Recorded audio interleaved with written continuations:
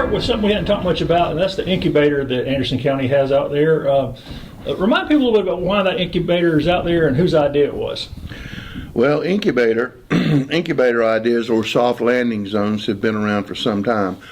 We never had one, but when we acquired the old Ryobi/Singer building at 1428, the idea was that we would have a business incubator and a soft landing zone. And so what it is a place where a small business can go and get established, and then they can move out into their own building, build their own building, start their own business. It's a way to help small businesses.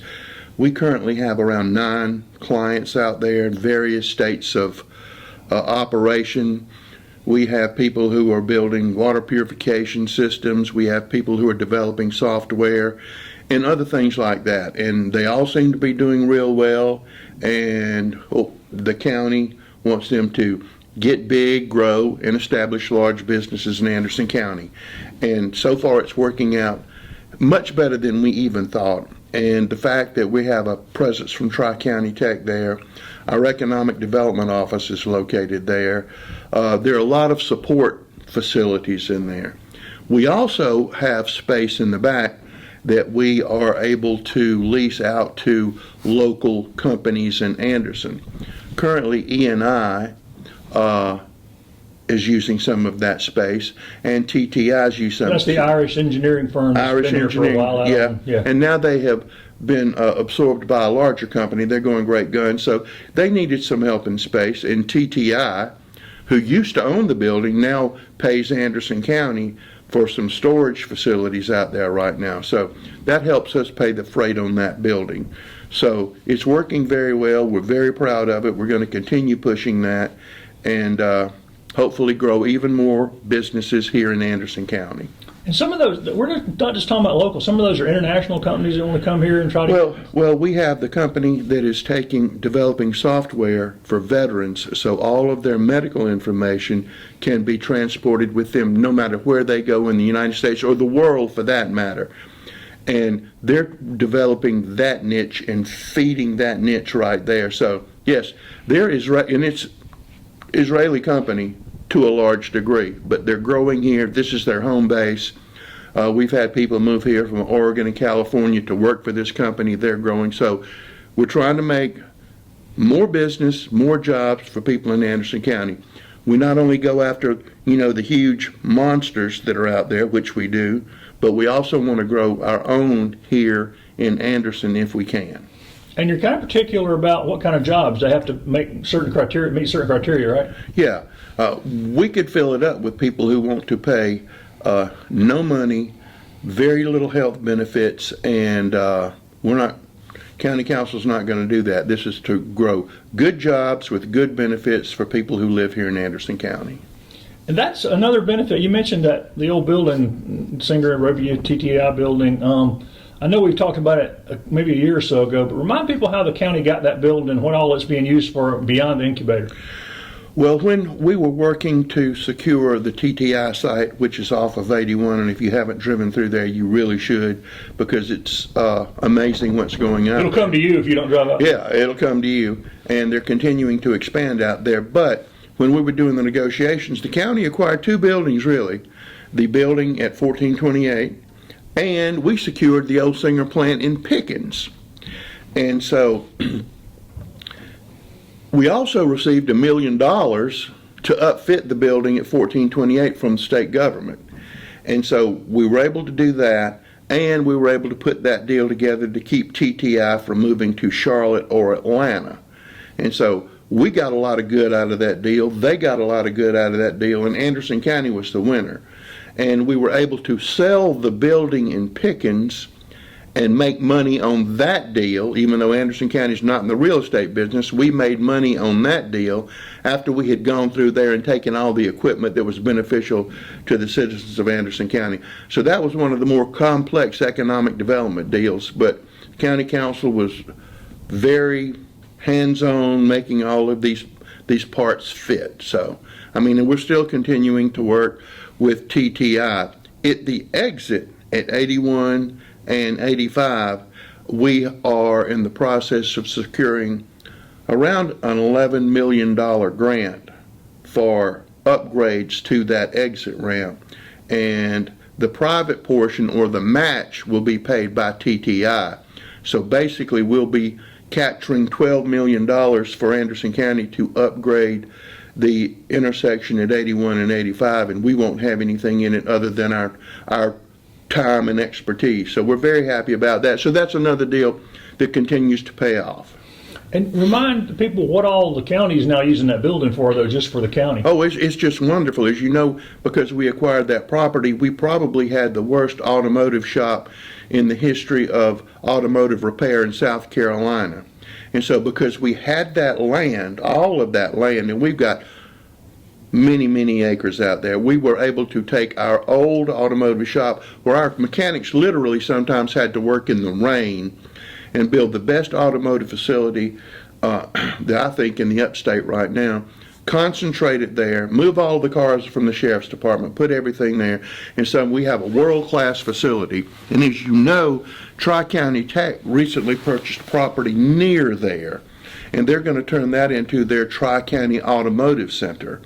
So there's going to be a synergy between their operations. Hopefully we're going to be able to get diesel mechanics from there, offer apprenticeships. Our people are going to be able to go over there and be adjunct professors to teach in that. So we're looking for that symbiotic relationship to occur, which it will. So we're excited about that. But we also recently were able to move the Clemson Extension Service out there, which is a great benefit to us. And as you know, we have huge conference rooms out there in facilities. So we think that's going to expand their ability to serve people in Anderson County. I think they believe the same way. And so they have a nice office set up, access to all our big conference rooms. As a matter of fact, they're having, if it hasn't already passed, what to do with feral hogs. Well, in the past, they didn't really have a good place to do that. Now they can do that. And so that's taking place. SC Works is located out there near our economic development offices out there. Our solid waste department's out there. Roads and Bridges is out there. Stormwater is out there. Half of the building is being used by the sheriff's department for a training facility and other opportunities like that. And we have more things that are going to go on out there. So it's been a blessing. When we first got it, I was worried. I said, what are we going to do? And now I don't know how we could have existed without having that facility. And Tri-County Tech has the asphalt lab out there where they do training and test asphalt. So how you fix up roads. There's big Tri-County Tech presence out there, big sheriff's presence out there, big county presence, big Clemson presence, and more people and more things are going to come to that area. Plus we have lots of land to develop for the future of Anderson County. Yeah, that's good to hear, because a lot of people, the entranceway has all been being fixed up, nicer signage, Yes. and all. People are starting to ask about it more and more. Yeah, but they're recognizing something's going on out there. Something's going out there, yes. Is the first quarter usually a slow time for economic development announcements? There's a lot that we're working on that you can't see right now. So yeah, it's slow because people are just getting back over the holidays and getting things started. But there are other things going right now. Some people are holding up because construction prices are beginning to go back down. And so, talking with a company last week, a very large national company, and they already have one facility here in Anderson, and they're going to build another facility. I mean, it's already planned, approved, and everything like that. But they said, we're waiting for the prices to go down because they're trending dramatically downward. So we're waiting on that to happen. So that's where we are on a lot of those things, and that's happening nationally. So no announcements immediately? No. Roads are always on the agenda, and we can talk about them forever, but I know they've got to be on the agenda heading into the budget work for county council. With Anderson County is more than 1,500 miles of county roads, plus 1,200 something state road Yes. miles. Just for the county roads, just so people will know this that have not thought about it, how much would it cost to repair and maintain the current miles of county roads? Well, to build a new road, and in some of the roads we have, you're going to have to rebuild. They may look like a road, but there's nothing you can do to rehabilitate them. And if you use this figure right now, $1 million a mile, The Anderson County Transportation Committee just recently, I believe, have or in the process of putting $8 million out for road repair. So you take 1,500 miles of road, not all of them are bad, and we've done studies, especially up in the Powdersville area, about how much cost. You're looking at $100 million to do everything at one time. So yes, council's very aware of that. They're looking at ways to address that, but there are no cheap ways to do it. I mean, you're going to have to pay money to do it. We're able now to do here, there, and yonder. We're able to do drainage work, pothole repair, things like that. We're also big in encouraging the state, because a lot of your main roads are state roads. And so hopefully they're going to get, as that process, we're going to be seeing more and more work on state roads. And they're still building roundabouts. They're out there at Centerville right now. If you go out there, you'll see the construction activity out there. So there are things going on, but do we need a lot more going on? That's a bona fide fact, yes. And it's part of this is because it's only in the last 15 or 20 years, county council and the state have really realized they've kicked it down the road too far. It's just been the last couple of decades they realized we waited too late to. And so we have a lot of work to do. We have a lot of work to do from I-85. We have a lot of work to do from subdivisions that have been here for some time. And as I've talked to you before, in the old days, there weren't county council people. County was run out of the delegation in Columbia. That's the way it was. Then they instituted home rule. Before that, instead of county council people, you had road commissioners. How did you get reelected to the road commissioner job? You built roads. And and I've told you this, and people are sick of me saying it, but we have more county roads, I'm not counting the 1,200 miles of state roads, than some countries have. So that's the situation we're in. Are there other sources of funding? Every grant dollar that we can get. That interchange up there, that's $11 million in grant money, plus the $1 million we've got a private company to pay. So if there's a dollar out there, we chase that dollar.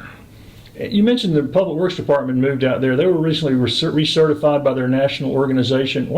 Those things sound like clerical things, but why is that an important certification? Because they come in, they send a team in, and they look at every area of operation that you have to see if you're following best practices. And we have been reaccredited, and we were accredited before. So it's a testament to our people in our roads. Is a testament to our whole Public Works Department, because they look at all of that. Remind people what they do. We do roads, we fix potholes, we fix drainage problems, we pick up your trash, we do your recycling, we do your stormwater. All of those things that you don't see, we do those things. Anderson County does that. All of that's under county council. All of those people are engaged in that every day. So that certification, an idea is that they're doing it the most efficient way. Most efficiently, cheapest way, the safest way. So it's an independent group that comes in and looks over your shoulder, and there are people who haven't been reaccredited, and there are people who can't get accredited. So that's testimony. Holt Hopkins has always been big in making sure that we did that. So, and county council has supported that from the get-go. Let's try to be the best we can. And we don't have the largest number of employees for a county our size, but we probably have the best and the most efficient. And I think that organization said Anderson's one of only 5 in the state that's accredited. Is that correct? Yes. What about other challenges for the upcoming budget year? Anything that's been identified yet? A lot of requests for improvement in software to serve the public, requests from various departments, not necessarily under the administrator, but outlying officials, elected officials who are needing some upgrades. As you know, the county council voted about 4 years ago, off the top of my head, to spend a massive amount of money to upgrade all of our county computer systems. We're also in the process of upgrading our 911 system. You're aware of that, where we're going from one system to the gold standard for our dispatchers, which is the hardest job in the county, by the way. So a whole lot of that technology is being improved in Anderson County right now, so we are not behind, but we're on the leading edge. So that's one of the things we're doing. In recent years, council has had a draft ready by May. Is that still on track for this year for the county budget? Probably a rough draft, yes. And speaking of council, Anderson has added a couple of members to the Appalachian Council of Governments Board. That's confusing to a lot of folks. How does that organization help Anderson County? Well, Appalachian Council of Governments is the counties really in the northern part of the upstate, western upstate to be precise, Greenville, Spartanburg, Anderson, and others. And they are the feeding system for a lot of federal grants. They also provide expertise to governmental programs. They also run senior citizens food programs. So it's very important to have recognition on there. Miss Cindy Wilson is now Vice Chairman of the Appalachian Council of Governments, which is a big honor. She's very involved in that. And Councilman Brett Sanders has been added to that board. So it's very important that Anderson County is represented on that board, and it's very good that we're represented in leadership positions on that board. One of the things we've talked about is the demolition of old houses, and it remains a priority. The county has used federal and state money as part of this effort, and recently announced phase 1 is complete and phase 2 is on deck. There's more than 200 houses in the county that have been identified as blights to their community. Yep. How long will it take to catch up on this, and what are some of the challenges of taking care of these things? Well, first you have to go through the process of getting it condemned. And that can take 6 months, they can take a year, it can take 18 months. If somebody comes in there and says, hey, I'm going to fix it up, you work with them. And we get houses fixed up because we are going to condemn them. And we don't run out and just look for houses to condemn. All of this is community driven. People say, look, this house is in my neighborhood, something needs to be done with it. So then we go out and we go through the process. So it's a long process just to get there. Then because of asbestos, we have to do asbestos testing, which jacks the price up sky high, and we should do that because asbestos has to be disposed of in a special landfill, so that costs money. And so we've taken care of a lot of them this year, and it's really just a matter of funding. We're still waiting on a CDBG grant to come to fruition to take more houses down. Jason Phillips, our treasurer, has been good about finding money to help us take houses down, and County Council always funds it, and County Council will fund it again this year. So it's not that far because we're going at a pretty good clip. But remember, every day some more are falling into that same state of repair. And I've said this before, one of the things that people like best is when we remove a blighted house, because not only is it a blight on their property values, half of them are drug houses or just bringing the neighborhood down. So we'd love to do that. County Council puts the money to do that, and we work very hard to try to get them down. I've been through some of the neighborhoods where once one's cleaned up, it's amazing what a difference it looks like just even in an older neighborhood that maybe needs some help elsewhere. That makes a big difference. But then it also inspires people in that neighborhood to, hey, this is gone now, it's dragging us down, let's see what else we can do. Well, we were talking about Public Works. For some time, we've talked about the sewer expansion project, Anderson, Clemson, Pendleton, and Council just gave the go-ahead on some more money on that. How is this going to benefit the county? Because people don't, like you said, people don't like to talk about and think about the things they don't see. Well, again, we can't put them above ground and put them in a glass container so people can see. But we are closing. Good, we don't want to do that. But we're closing the wastewater treatment plant at 6 and 20, which is up at 81 and 85, because it's outdated and old. We're going to turn that, council wants us to turn that into a place to receive septic tank waste, which we currently don't have in the county right now. You have to go either in the part of the county, you can go to Rewire, the other part you don't. So not only do we think that will be a service for people who are not on the sewer but are on septic tanks, and you can do it right here in Anderson, but also we can use that it will pay for itself. Is the best way to put it. So we're redirecting a lot of that sewer back towards the city, which we're in partnership with the city on their sewer treatment plants. And we're about to complete the sewer work up at 18. We are well underway with Pendleton, Clemson, Anderson counties upgrade of that wastewater treatment plant. Right now, the Pendleton area is the fastest growing area in Anderson County. I don't see that slowing down at all. You can't find a place to park in Pendleton no matter when you go there. And the town's desperately looking for answers to their parking situation. But that's going to continue. More houses are going to be built up there. Exit 14, we have people waiting to build hotels and motels up at that exit right now. We're looking south. We've done some initial studies to run sewer down 81 South. We're getting big demands for housing in that area, and we want to be working towards that. We're putting money together right now. Plus, we're upgrading a lot of our existing sewer equipment. We've had pump stations that needed to be replaced. We've got lines that have been in the ground since sewer was invented. So, council has authorized us to spend around $32 million. A lot of this is money that we did with a bond or money we received from the federal government. We're still waiting on more money from the state and federal government to do more. And so it's very active. You can't grow well without sewer. You just can't do it. And our council is very concerned about the environment. I mean, there are a lot of sewer systems that are in the ground right now that are probably the largest source of pollution in your area. We don't want that. We have a great sewer department. Derek Singleton's been working in that capacity since he was 10 years old. So he knows where everything is, and he's doing a remarkable job. And you mentioned earlier the cost of materials, and for a while the supply chain was slowing y'all down on that. Is that catching up? But supply chain problems are still an issue, okay? Case in point, council, our air conditioning system at the Civic Center was the original air conditioning system put there when it was built. We got our money's worth and more.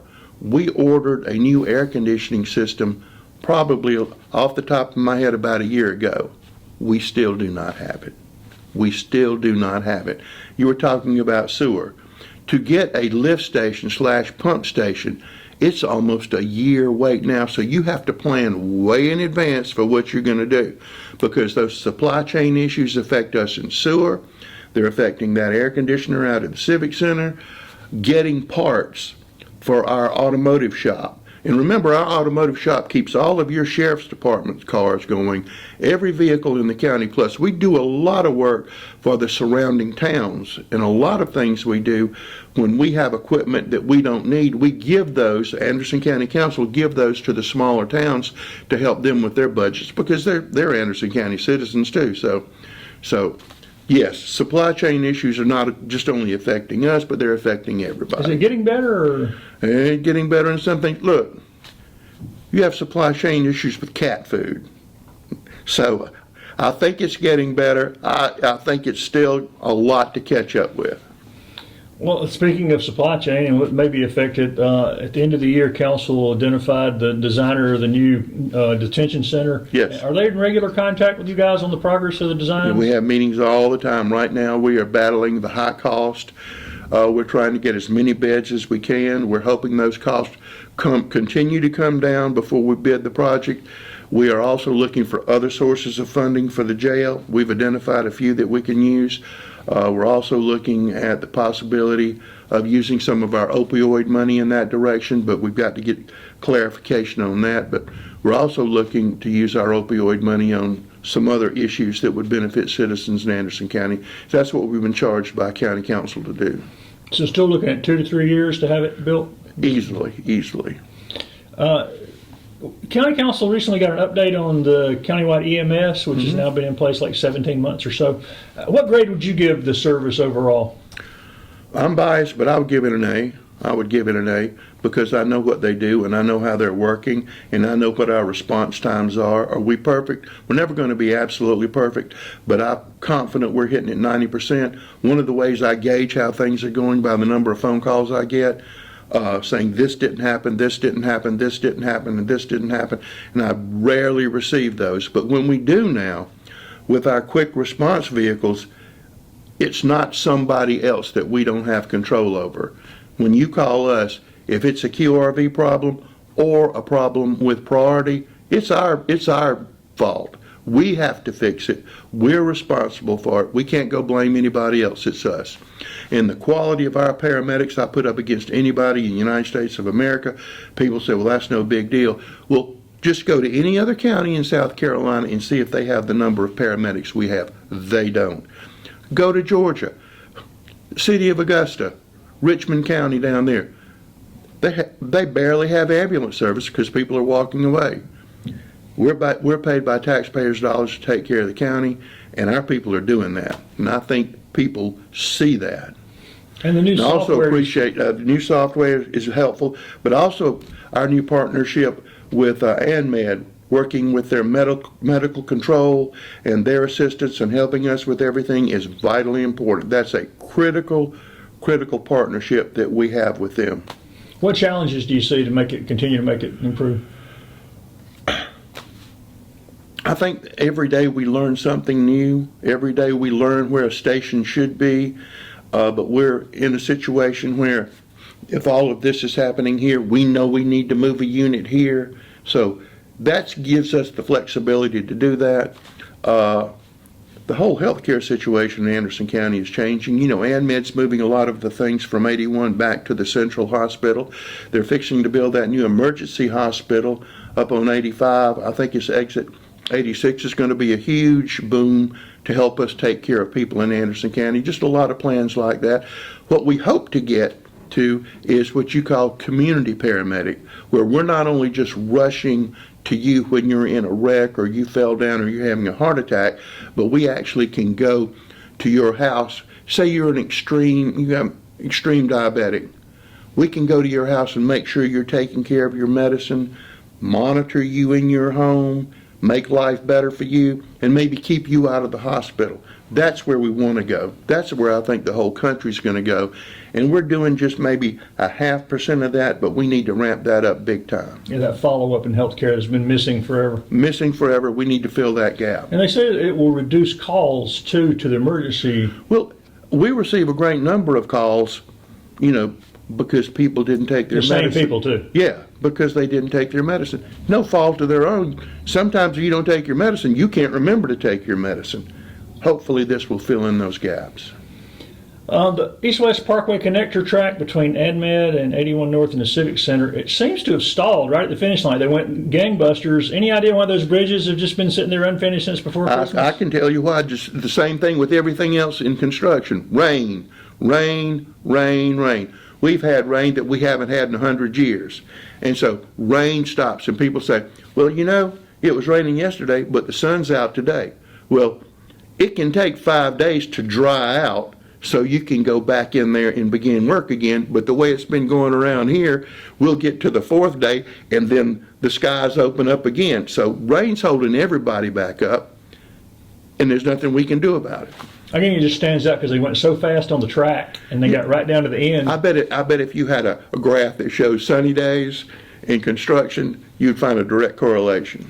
Well, the Civic Center announced Darius Rucker concerts as a charity concert in June. Any other concert announcements for out there? I think people are going to be surprised who we have at Celebrate Anderson. One of the things I'm most excited about with Celebrate Anderson is that the Cancer Association is partnering with the county. So the balloons are coming back to the Civic Center. We're going to incorporate the two events together. So we'll have balloons, balloon rides. We're going to have rides for children. So instead of it just being Sunday, we're going to have the Balloon Fest, and it's going to be Friday and Saturday and Sunday filled with activity, and it's all going to come together, and we're going to raise money for the Cancer Association through the Balloon Fest, and we're going to have a really good concert this year at Celebrate Anderson. And yes, we have other people that we're looking to bring in because we have our new stage now, and so that's really making a difference. We're also looking, and we have to find the money for this, and not through the taxpayers, but we need some seating out there, some permanent seating, because promoters will tell you those premium seats, usually that's where you get the money to book the artist, by selling those premium seats. So we're looking at doing that right now. We're also sponsorships for that, maybe? Sponsorships, but we've already received a great deal of help from Upcountry Fiber because they put all of the fiber around the whole Civic Center at no cost to us. And now they're doing this charity concert with Darius Rucker, and the tickets are going very well, and it's going to be incredible. I mean, they're not sparing any expense to raise money for charity. They've been great partners with the county in running broadband from the north and from the south, so we're looking forward to that, but there's a lot more coming. You have an estimate on what those premium seating would cost? I mean, it would depend on the concert. It would depend. No, I'm just talking about putting it in. Oh, I know for us to do the architectural work right now, we'd need $50,000 to do that study, to do it right. But we need to master plan that whole thing.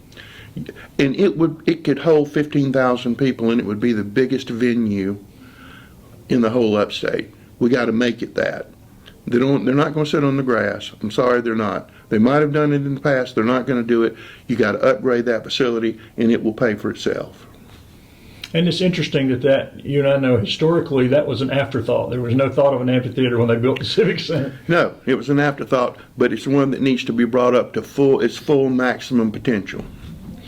Green Pine's getting ready for a busy season. I mean, I know they don't have any weekends free really, but any updates or upgrades at that facility people need to know about?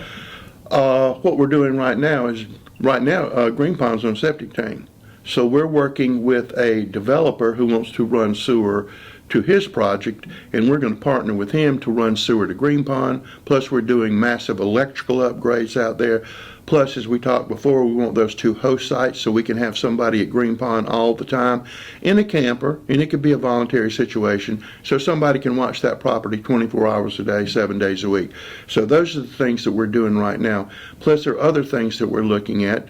The county, the sheriff's department, emergency management, we're fixing to get our first real true fireboat.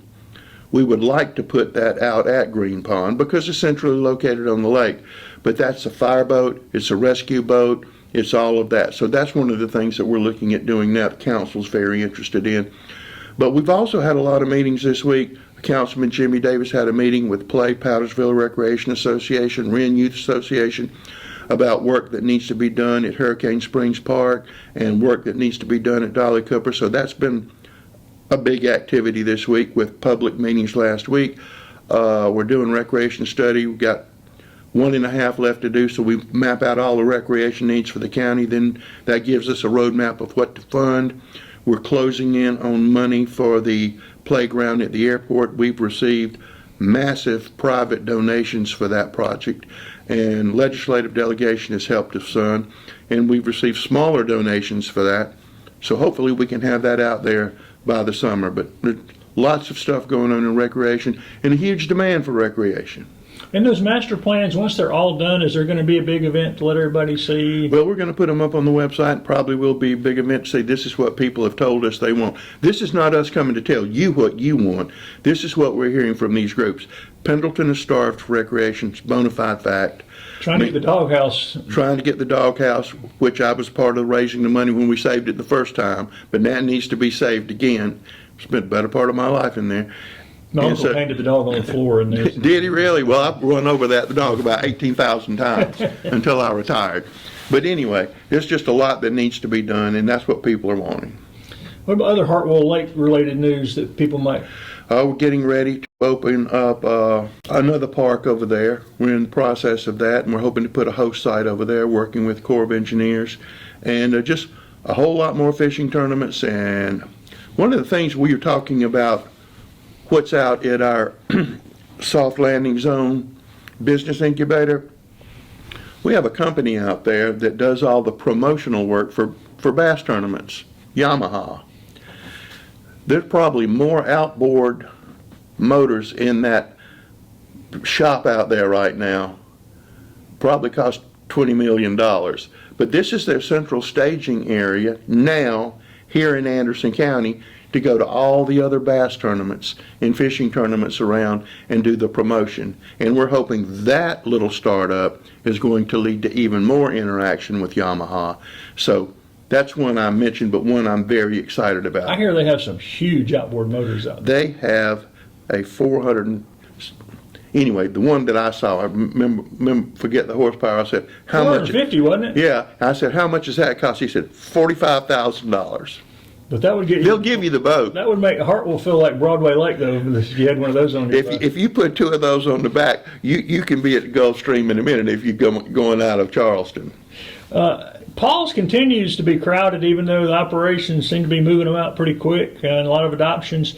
Any guess they could be caught up? Is there any need to expand that facility? I've had that conversation last week with Dr. Sanders, and Dr. Sanders said, no, we don't need to expand the facility. We need to continue with our outreach, trying to keep animals at home, fostering and supporting that, and spay and neuter like we've been doing, and microchipping and returning animals to their owners. So we don't need to expand the physical presence. We need to, and they're doing a better job than anybody else in the whole world. And I mean, we're consulting, she's consulting with Spartanburg and everybody else right now. What are y'all doing? But the economy, COVID had a lot to do with these animals because people are turning them in. And they can't afford them. they got them and they can't afford them, so they're getting it. In the old days, we rarely had purebred dogs, okay? We're seeing more of those now, and we're seeing older dogs. But those are the best people in the world, and they work hard, and they're doing it. Notice they started play dates too to try to get people to come out. Follow them on social media. It's hugely entertaining, and it's also will tell you exactly what's happening. And we continue to receive private donations every month, and we appreciate that very much. I mean, some months we'll get $5,000, $6,000, or $7,000. We're also continuing to get foundation grants for paws. So there are a whole lot of people that are helping us do what needs to be done. Well, you're doing your part. How many animals do you have? Currently 5. So you're doing your part to adopt and take care of them. I'm doing my part. As we said, it's not too many weeks till the opening of the Anderson County Farmers Market. Anything new this year? Any chance of a downtown Saturday farmers market? Right now, not at this point. Sharon Nicometta, who does a wonderful job running the farmers market, is getting geared up. I know they're going to have music at the market again like they did before, and a couple of other wrinkles like that. I think we're going to have a whole lot of vendors. We've got a lot of younger vendors coming in, and we've got our mainstays that really make the market run. So we're excited about that. We're excited about the weather turning. So I think we're going to have a really good year at the farmers market. I know we are. And that change 4 or 5 years ago to get farmers in here really worked. The change to reflect the other farmers markets really. To reflect the other farmers markets. Right. Any chance the county will use the Elephant Pen Park for any events or anything? Or? Not until that grass takes. That grass needs to grow. And it hasn't had a good spring or summer yet. So we want it to get roots. I think the next time that it will be used will be at the soiree. And I think it'll be ready by then. That's not too far away either. No, it's not, but that will be light use. What else are you working on that you want the public to know about?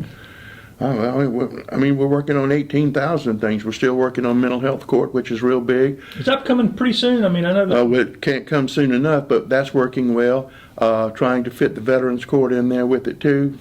They're intertwined to a big degree. We're doing that. Cordell Maddox is doing that, right? Yep. And we're very interested in what's going on in the Saluda River.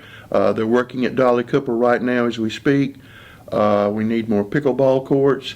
We have just a host of things that we're doing that I can't even remember everything we're doing. All the big tournaments, the first women's girls wrestling tournament in the States. And that's coming up. And then that goes into the air conditioner. You're going to have all of those young women and those young men in there, and we got to figure out a way to keep Maybe them it'll be a cool day. I'm hoping it's going to be a cool day, because I mean, and you try to time these things going back to that supply chain issues, and you just can't. But that's going well, and again, like you just said, it's the first time that girls are going to be there, so we're going to have an even larger crowd, and that's always puts more people in hotels than anything you can imagine. So a lot of things are happening in Anderson County. A lot more things are happening in Anderson County. A whole lot more retail people are looking at Anderson County. We've hit that magic threshold that things you say, well, they've got that in Greenville. Well, pretty soon you have to find another reason, because you're going to have a lot of those here. So we're really excited on the commercial and retail side of things that are coming up.